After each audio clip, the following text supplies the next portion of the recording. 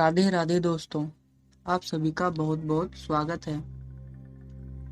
आज हम जानेंगे कि किशोरी जी किस तरह से अपने भक्त पर कृपा करती हैं।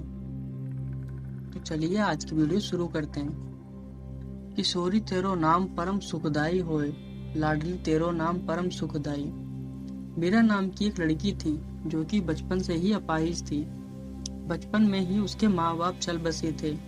वो अपने काका काकी के साथ रहती थी। मीरा बैसाखी के सहारे ही चलती थी।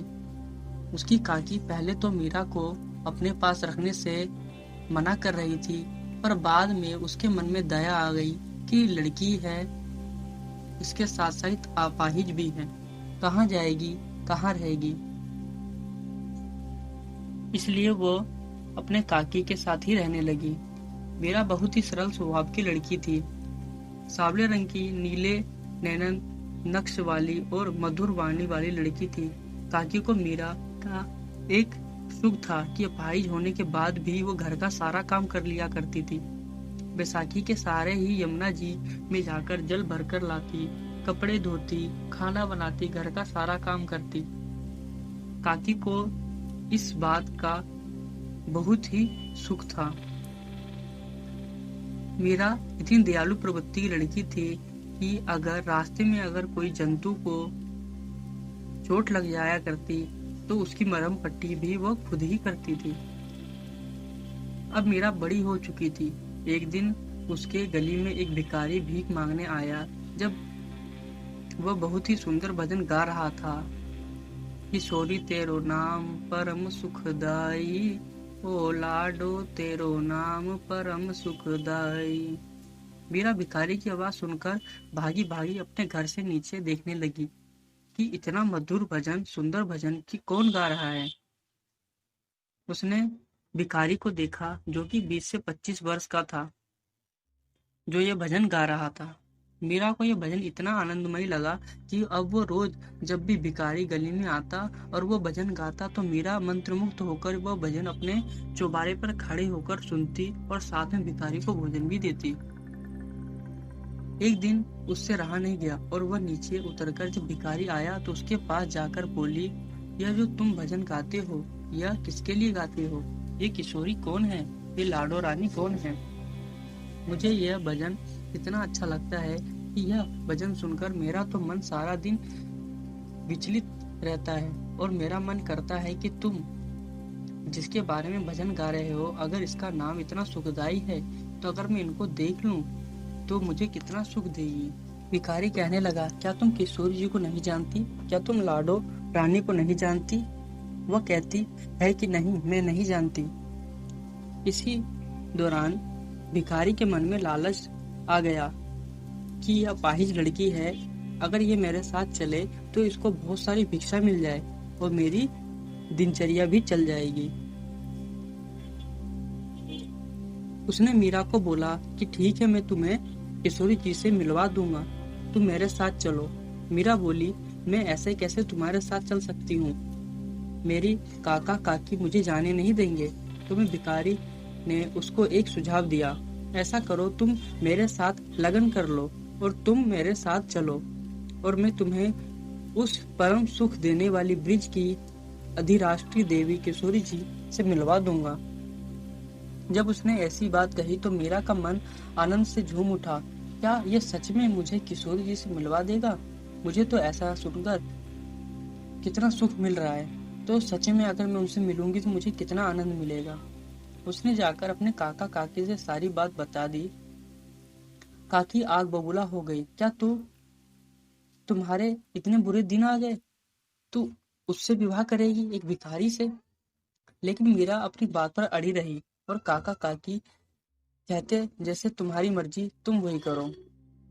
तो मीरा भिखारी के साथ चल पड़ी। भिखारी ने मंदिर में जाकर उसके साथ शादी की और फिर उसको अपने घर लेके आ गया।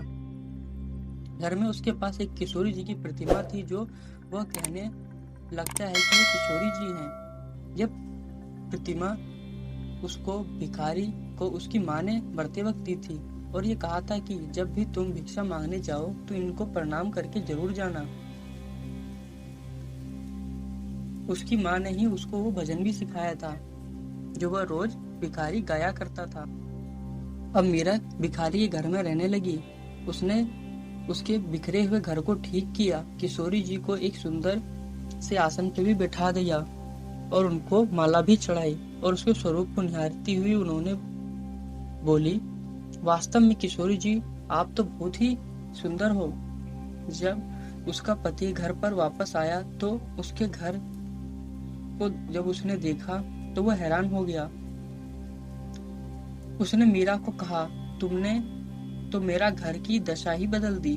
तो भिखारी को अब मीरा पर अब दया आने लगी कि इसे मैंने धोखे से शादी की है, लेकिन यह तो मन सुंदर भी है। अब मीरा अपने पति को रोज कहती कि मुझे तो किशोरी जी की प्रतिमा से नहीं बल्कि किशोरी जी से मिलना है। अब भिखारी जी सोचने लगा कि मैं इसको लाडो रानी से कैसे मिलवाऊं, मुझे तो खुद इसका पता नहीं मालूम। एक दिन उसने सोचा कि जो हमारे गांव में एक मंदिर है वहां पर किशोरी जी को ठाकुर जी की भव्य प्रतिमा है, जो मैं वहां इनको ले जाऊंगा और उनको ठाकुर जी और किशोरी जी के दर्शन करवा दूंगा और बोल दूंगा यही किशोरी जी और ठाकुर जी हैं। वह उसको मंदिर में ले गया, लेकिन मंदिर में बहुत भीड़ थी। तो मीरा के पति के मन में लालच आ गया कि अगर मीरा को मैं इस मंदिर में बैठा दूं तो उसको अपाहिज देखकर लोग बहुत सारी भिक्षा भी दे देंगे। उसने मीरा को कहा कि तुम इस मंदिर की सीढ़ी पर बैठ जाओ और किशोरी जी तुम्हें खुद यहाँ आ जाएंगी मिलने, और तुम यहाँ पर भजन गाया करो। वो रोज वहां पर जाकर भजन गाने लगी, किशोरी तेरो नाम परम सुखदाई, ओ लाडली तेरो नाम परम सुखदाई। वो रोज लोग उसके सामने बहुत सारे पैसे रख जाते थे, लेकिन मीरा को तो पैसे से नहीं किशोरी जी से मतलब था। अब तो उसकी चिंता बढ़ने लगी कि मुझे आए इतने दिन हो गए हैं, किशोरी जी मुझसे मिलने क्यों नहीं आई। उसी कारण अब मीरा किशोरी जी के वियोग में इतने आंसू बहाती, इतना तड़पती, किशोरी जी उसको मिलने नहीं आती। अब तो रो रो कर मीरा की आंखें में जख्म भी हो गए थे, लेकिन फिर भी वह हर रोज मंदिर में आकर बैठती थी। काश आज किशोरी जी मिलने आ जाएं। वह सोचती, अगर मैं आज नहीं जाऊंगी तो कहीं किशोरी जी आकर वापस न चली जाएं। बस इसी कारण वह हर रोज मंदिर में आती थी। एक दिन मंदिर में हरियाली तीज का उत्सव था। किशोरी जी और ठाकुर जी को बहुत सुंदर से झूले में विराजमान किया हुआ था। मंदिर में बहुत रौनक थी, तो मीरा भी मंदिर की सीढ़ियों पर बैठकर वहीं भजन गा रही थी। तभी वहां पर एक सुंदर सी स्त्री आई और कहने लगी, बेटा तुम बहुत अच्छा भजन गाती हो। तो मीरा ने उसको बताया कि जिसके लिए गाती हूँ उससे तो मुझे कभी मिलने आई नहीं और ना उन्होंने मुझे कहा। औरत ने कहा, तुम किसके लिए गाना गाती हो। मीरा ने उसको अपनी सारी बात बताई। मैं तो यहाँ तो अपनी किशोरी जी को मिलने के लिए आती हूँ, लेकिन वह मुझे मिलने नहीं आती तो है। वह औरत ने कहा, चलो आज मैं तुम्हें किशोरी जी से मिलवा कर लाती हूँ।